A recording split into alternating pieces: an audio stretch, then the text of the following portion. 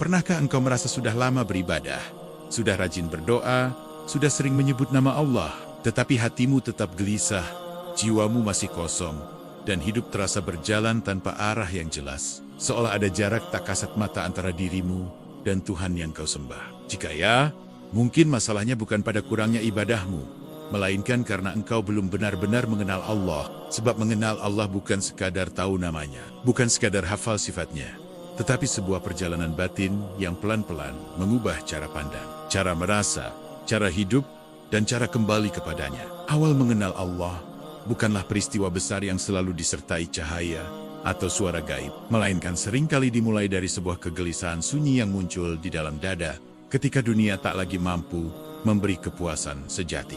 Pada titik ini, seseorang mulai bertanya bukan lagi tentang apa yang ia miliki, melainkan tentang siapa dirinya di hadapan Allah. Kesadaran ini datang pelan, namun menghantam batin dengan kuat, karena ia menyadari bahwa selama ini ia hidup dalam kesibukan, tetapi jauh dari kehadiran Tuhan.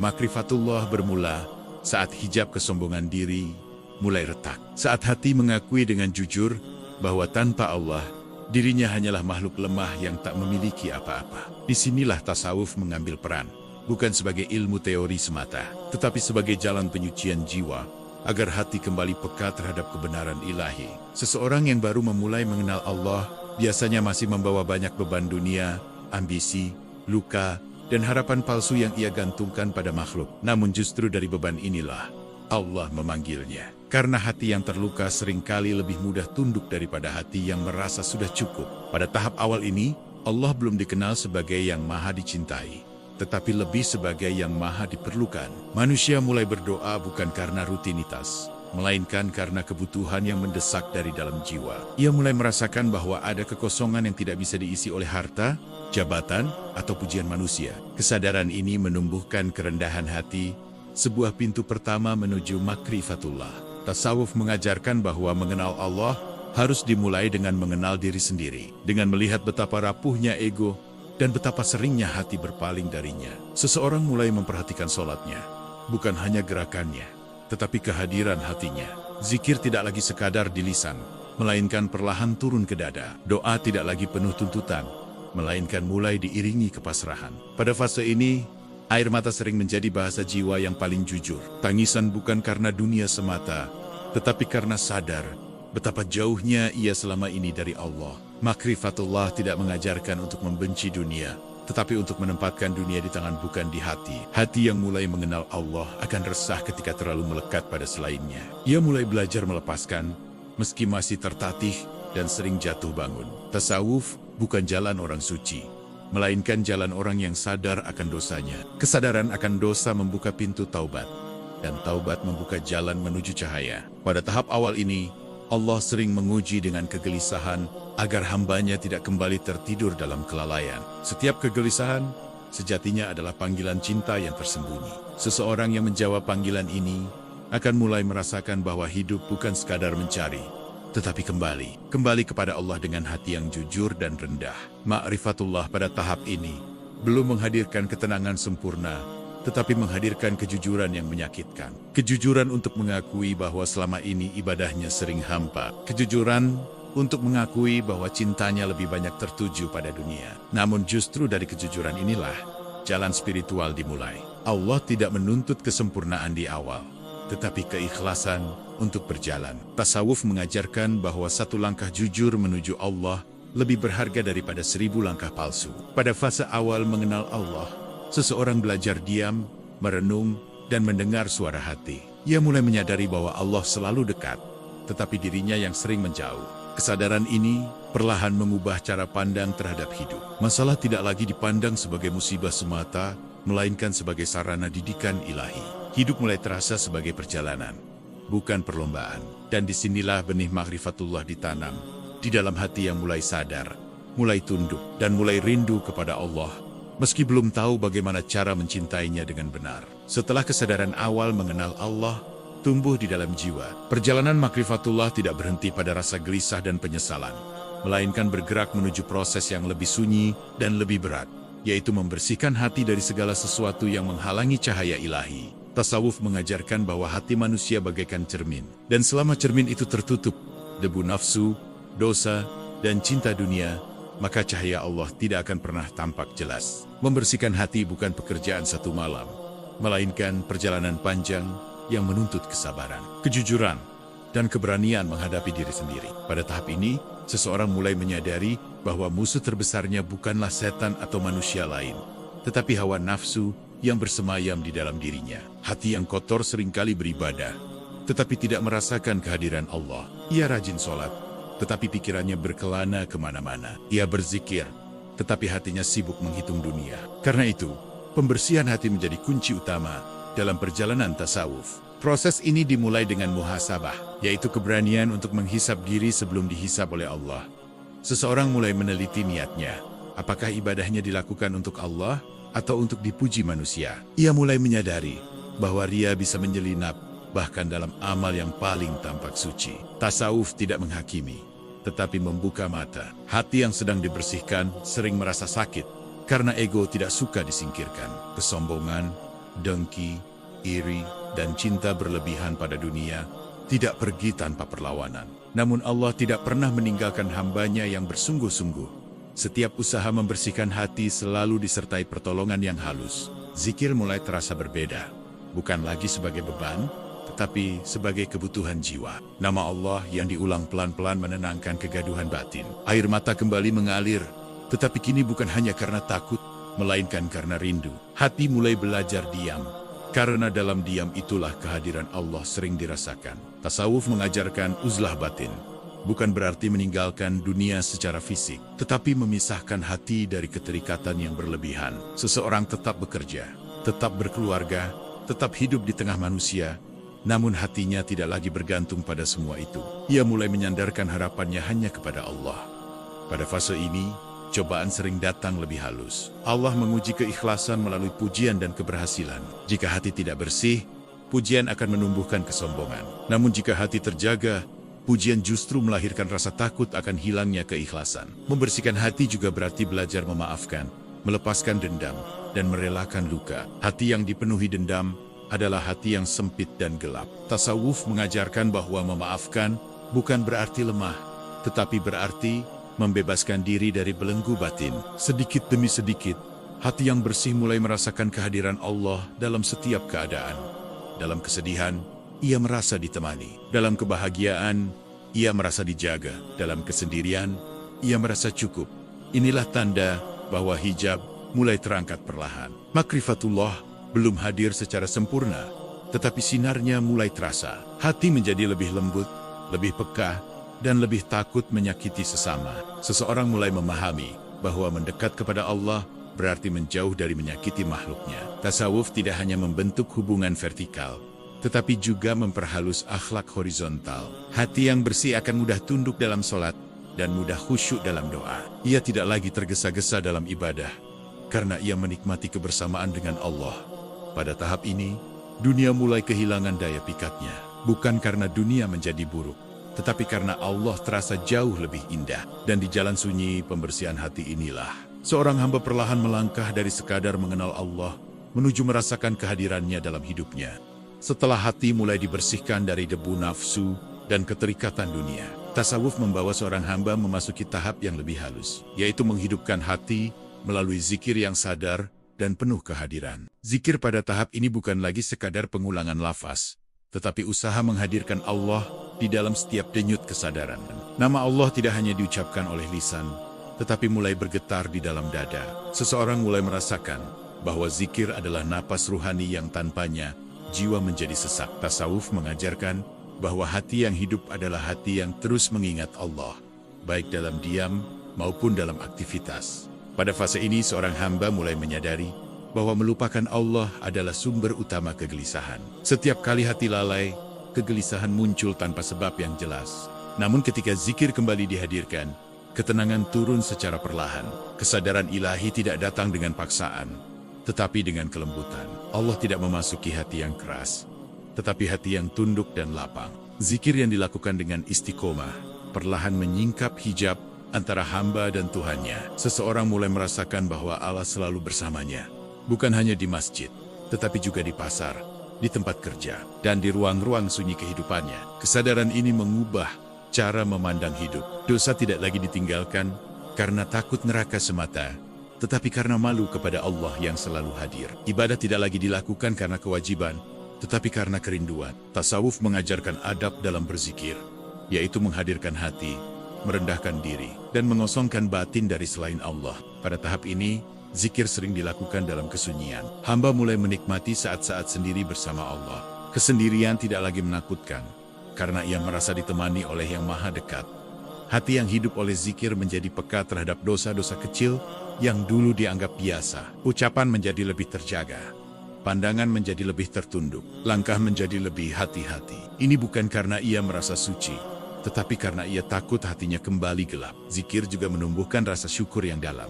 Hal-hal kecil yang dulu dianggap sepele, kini terasa sebagai nikmat besar.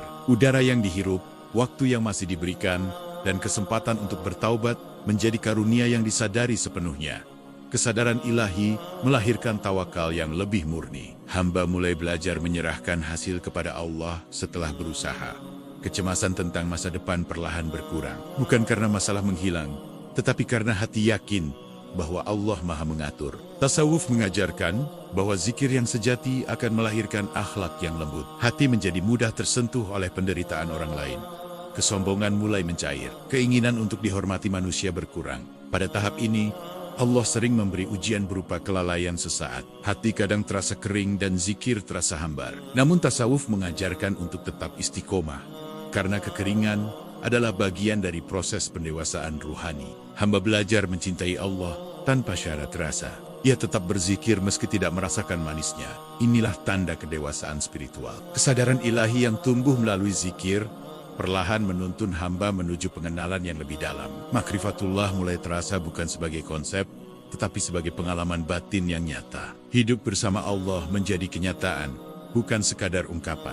Dan disinilah seorang hamba mulai memahami bahwa tujuan tasawuf bukanlah mencari keajaiban, melainkan hidup dalam kesadaran penuh akan kehadiran Allah di setiap detik kehidupannya. Pada tahap ini, perjalanan makrifatullah memasuki wilayah yang paling berat bagi jiwa manusia. Karena setelah zikir menghidupkan hati dan kesadaran ilahi mulai menetap, Allah menguji hambanya bukan lagi dengan kekurangan semata, tetapi dengan peluruhan ego yang selama ini tersembunyi rapi di balik ibadah. Ujian pada fase ini seringkali datang dalam bentuk yang tidak disadari, berupa rasa merasa sudah dekat dengan Allah, merasa lebih tenang, merasa lebih mengerti. Dan dari sinilah bahaya kesombongan ruhani mulai mengintai tanpa disadari. Tasawuf mengajarkan bahwa semakin dekat seorang hamba kepada Allah, semakin ia merasa kecil dan tidak berarti. Bukan sebaliknya, namun ego tidak mudah mati. Ia hanya berganti pakaian, dari pakaian dunia menuju pakaian kesalehan. Karena itu Allah menghadirkan ujian yang menyentuh inti keakuan, ujian kehilangan, ujian ketidakberdayaan, ujian yang meruntuhkan rasa mampu. Pada saat inilah seorang hamba benar-benar diuji, apakah ia mencintai Allah atau mencintai rasa dekat dengan Allah. Banyak yang kuat di awal, tetapi goyah ketika diuji dengan ketidaknyamanan batin. Tasawuf tidak menjanjikan jalan yang mudah, tetapi jalan yang jujur. Dalam ujian ini, doa sering terasa kering, zikir terasa berat, dan sholat terasa sunyi. Allah seakan menjauh, padahal sejatinya Allah sedang mendekat dengan cara yang tidak dipahami akal. Hamba diajarkan untuk beribadah tanpa pamrih rasa. Penyerahan diri pada tahap ini bukan lagi sekadar ucapan, tetapi kepasrahan total terhadap takdir Allah. Seseorang mulai menyadari bahwa selama ini ia masih memilih-milih kehendak. Ia menerima jika sesuai harapannya, tetapi gelisah jika bertentangan dengan keinginannya. Ujian datang untuk meluruhkan seleksi ini. Tasawuf mengajarkan rida, bukan sebagai kepasrahan pasif, tetapi sebagai penerimaan penuh yang lahir dari kepercayaan mendalam kepada hikmah Allah. Pada fase ini, air mata bukan lagi karena takut atau rindu, tetapi karena hancurnya ego di hadapan kehendak ilahi. Hamba mulai belajar diam, bukan karena tidak punya kata, tetapi karena semua kata terasa tak pantas di hadapan kebesaran Allah. Ia berhenti mengeluh, bukan karena masalah selesai, tetapi karena hatinya telah berserah. Penyerahan diri melahirkan ketenangan yang berbeda, bukan tenang karena aman, tetapi tenang karena yakin. Yakin bahwa apapun yang Allah tetapkan adalah yang terbaik, meski belum dipahami saat ini. Tasawuf mengajarkan bahwa kehancuran ego adalah kelahiran ruhani yang sesungguhnya. Saat ego runtuh, hati menjadi lapang. Saat ego dilepaskan, beban hidup terasa ringan, seseorang tidak lagi sibuk membela diri, mempertahankan citra, atau menuntut pengakuan. Ia hanya ingin diterima oleh Allah pada tahap ini. Dunia dan akhirat mulai dilihat dalam satu tarikan nafas penghambaan. Segala sesuatu dilakukan karena Allah dan kembali kepada Allah. Ujian tidak lagi ditanyakan mengapa, tetapi diterima dengan bagaimana bersikap di hadapannya. Tasawuf membentuk keberanian untuk berdiri sendiri di hadapan Allah tanpa sandaran selainnya. Hamba tidak lagi menggantungkan kebahagiaan pada makhluk. Jika diberi, ia bersyukur. Jika diambil, ia ridho. Inilah tanda bahwa penyerahan diri mulai matang. Makrifatullah pada tahap ini tidak menghadirkan euforia, tetapi menghadirkan kedalaman iman yang sunyi namun kokoh. Dan di titik inilah, seorang hamba mulai memahami bahwa semakin ia kehilangan dirinya, semakin ia menemukan Allah yang sesungguhnya. Pada tahap ini perjalanan makrifatullah memasuki wilayah cinta yang paling halus dan paling murni. Karena setelah ego diluruhkan dan penyerahan diri benar-benar tertanam, hati mulai mengenal Allah bukan hanya sebagai Tuhan yang disembah, tetapi sebagai yang maha dicintai, dengan cinta yang melampaui segala bentuk cinta duniawi. Cinta yang tidak lagi menuntut balasan, tidak lagi bergantung pada keadaan, dan tidak lagi terikat oleh rasa senang atau susah. Cinta ilahi lahir bukan dari keinginan memiliki, tetapi dari kesadaran bahwa Allah telah lebih dahulu mencintai hambanya. Pada fase ini seorang hamba tidak lagi sibuk bertanya, apa yang akan ia dapatkan dari Allah, melainkan bagaimana ia bisa selalu berada dalam ridhonya. Tasawuf mengajarkan bahwa cinta sejati kepada Allah membuat dunia mengecil di mata, bukan karena dunia hina, tetapi karena Allah terasa jauh lebih agung dan indah. Hati yang dipenuhi cinta ilahi tidak mudah terguncang oleh perubahan keadaan. Ketika diberi nikmat, ia tidak mabuk. Ketika diuji, ia tidak runtuh. Semua diterima sebagai bahasa cinta dari Allah. Ibadah pada tahap ini menjadi perjumpaan, bukan kewajiban. Solat menjadi saat paling dirindukan. Zikir menjadi tempat pulang ketika hati lelah. Doa menjadi percakapan intim antara hamba dan Tuhannya. Tasawuf menggambarkan cinta ilahi sebagai api yang membakar selain Allah dari dalam hati. Keinginan-keinginan duniawi masih ada, tetapi tidak lagi menguasai. Ambisi masih muncul, tetapi tidak lagi mengikat. Hamba mulai hidup dengan satu orientasi, yaitu Allah. Pada tahap ini, akhlak seorang hamba berubah secara alami. Ia menjadi lembut tanpa dibuat-buat. Ia menjadi sabar tanpa merasa terpaksa. Ia menjadi dermawan tanpa merasa kehilangan. Cinta ilahi melahirkan kasih kepada sesama makhluk. Karena ia melihat ciptaan sebagai tanda-tanda kehadiran Sang Pencipta. Menyakiti orang lain terasa menyakitkan bagi hatinya sendiri. Tasawuf mengajarkan bahwa tanda cinta kepada Allah adalah akhlak yang baik kepada manusia. Hati yang mencintai Allah tidak lagi mencari pengakuan. Pujian terasa biasa, celaan terasa ringan. Yang ia cari hanyalah pandangan Allah kepadanya. Pada fase ini kesendirian bersama Allah terasa lebih nikmat daripada keramaian tanpanya. Namun hamba tidak lari dari dunia. Ia hadir di dunia dengan hati yang telah merdeka. Ia bekerja, berinteraksi, dan berjuang, tetapi semua dilakukan sebagai bentuk pengabdian. Cinta ilahi juga mengajarkan kesetiaan. Hamba tetap setia kepada Allah dalam gelap maupun terang. Ia tidak meninggalkan jalan karena keringnya rasa. Ia mencintai Allah bukan karena apa yang ia rasakan, tetapi karena siapa Allah bagi dirinya. Ma'rifatullah pada tahap ini mulai mendekati puncaknya. Allah tidak lagi dipahami melalui konsep, tetapi dihayati melalui kehadiran. Hidup terasa sederhana, namun bermakna. Beban batin berkurang, bukan karena masalah hilang, tetapi karena cinta telah memenuhi ruang hati. Dan di titik inilah seorang hamba mulai merasakan bahwa mencintai Allah adalah tujuan terdalam dari seluruh perjalanan tasawuf yang ia tempuh sejak awal. Pada puncak perjalanan makrifatullah, seorang hamba tidak lagi merasa sedang menempuh jalan menuju Allah. Karena ia menyadari bahwa sejak awal Allah tidak pernah jauh darinya. Dan seluruh perjalanan hanyalah proses membuka mata hati agar mampu menyadari kedekatan yang selalu ada. Kembali kepada Allah pada tahap ini bukan berarti meninggalkan dunia atau menunggu kematian, tetapi hidup sepenuhnya dalam kesadaran akan kehadirannya di setiap detik kehidupan. Hamba tidak lagi sibuk mencari tanda-tanda luar, karena hatinya telah dipenuhi keyakinan yang tenang dan jernih. Tasawuf mengajarkan bahwa puncak makrifatullah adalah kesederhanaan yang paling dalam. Tidak ada lagi keinginan untuk tampak istimewa. Tidak ada lagi kebutuhan untuk merasa lebih tinggi dari orang lain. Yang ada hanyalah penghambaan yang utuh. Hamba hidup sebagaimana manusia pada umumnya, tetapi batinnya selalu terhubung kepada Allah. Setiap langkah terasa diawasi dengan kasih. Setiap keputusan dihadapkan kepada ridhonya. Kesadaran ini melahirkan istiqomah yang lembut, bukan karena paksaan, tetapi karena cinta dan kesetiaan. Solat tidak pernah terasa biasa, karena setiap solat adalah perjumpaan. Zikir tidak pernah terasa kosong, karena hati telah menjadi tempatnya bersemayam. Doa tidak selalu panjang, tetapi selalu jujur. Tasawuf pada puncaknya melahirkan ketenangan yang tidak mudah diguncang oleh keadaan apapun. Hamba tidak lagi terombang-ambing oleh pujian atau celaan. Ia tidak larut dalam kesedihan dan tidak mabuk dalam kebahagiaan. Semua diterima sebagai bagian dari kehendak Allah yang maha bijaksana. Hidup tidak lagi dijalani untuk membuktikan sesuatu kepada manusia. Hidup dijalani sebagai amanah, sebagai ladang pengabdian, sebagai jalan kembali. Pada tahap ini, kematian tidak lagi menakutkan. Ia dipandang sebagai pertemuan, bukan perpisahan, sebagai pulang setelah perjalanan panjang. Ma'rifatullah mengajarkan bahwa siapa yang hidup bersama Allah di dunia, ia akan dimudahkan untuk kembali kepadanya di akhirat. Hamba menjaga hatinya, lebih dari menjaga dunia. Ia menjaga keikhlasan lebih dari menjaga citra. Ia menjaga adab lebih dari menjaga hak. Inilah buah dari perjalanan tasawuf yang sejati. Bukan kemampuan melihat hal-hal gaib, bukan keistimewaan di mata manusia, tetapi hati yang selalu hadir di hadapan Allah.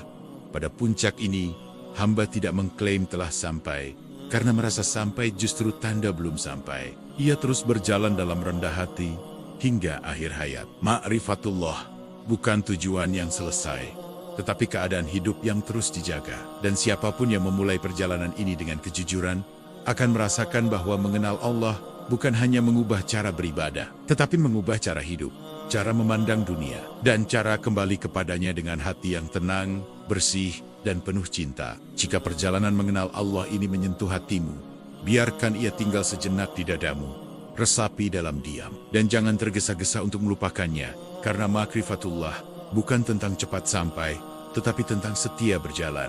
Setiap orang memiliki waktu dan jalannya masing-masing, dan Allah Maha mengetahui langkah sekecil apapun yang engkau tempuh menujunya. Jika video ini menghadirkan ketenangan, kegelisahan yang menyadarkan, atau rindu yang sulit dijelaskan dengan kata-kata, itu bukan kebetulan. Mungkin itulah panggilan lembut dari Allah untuk hatimu. Silakan tuliskan di kolom komentar, apa yang paling menyentuh jiwamu dari perjalanan ini. Bukan untuk diperdebatkan, tetapi untuk saling menguatkan dalam jalan kembali kepadanya. Jika engkau merasa konten seperti ini perlu terus dihadirkan sebagai pengingat hati di tengah hiruk-pikuk dunia, dukung kami dengan menekan tombol suka, sebagai bentuk kebersamaan dalam kebaikan. Dan jika engkau ingin terus berjalan bersama dalam cahaya ilmu, tasawuf, dan makrifat yang menenangkan, agar setiap pengingat kecil ini bisa menjadi teman setia di perjalanan rohanimu. Semoga Allah menjaga hati kita, melapangkan jalan kita, dan mempertemukan kita kembali dalam keadaan yang lebih dekat kepadanya. Sampai jumpa di perjalanan berikutnya, semoga langkah kita selalu berada dalam cahayanya.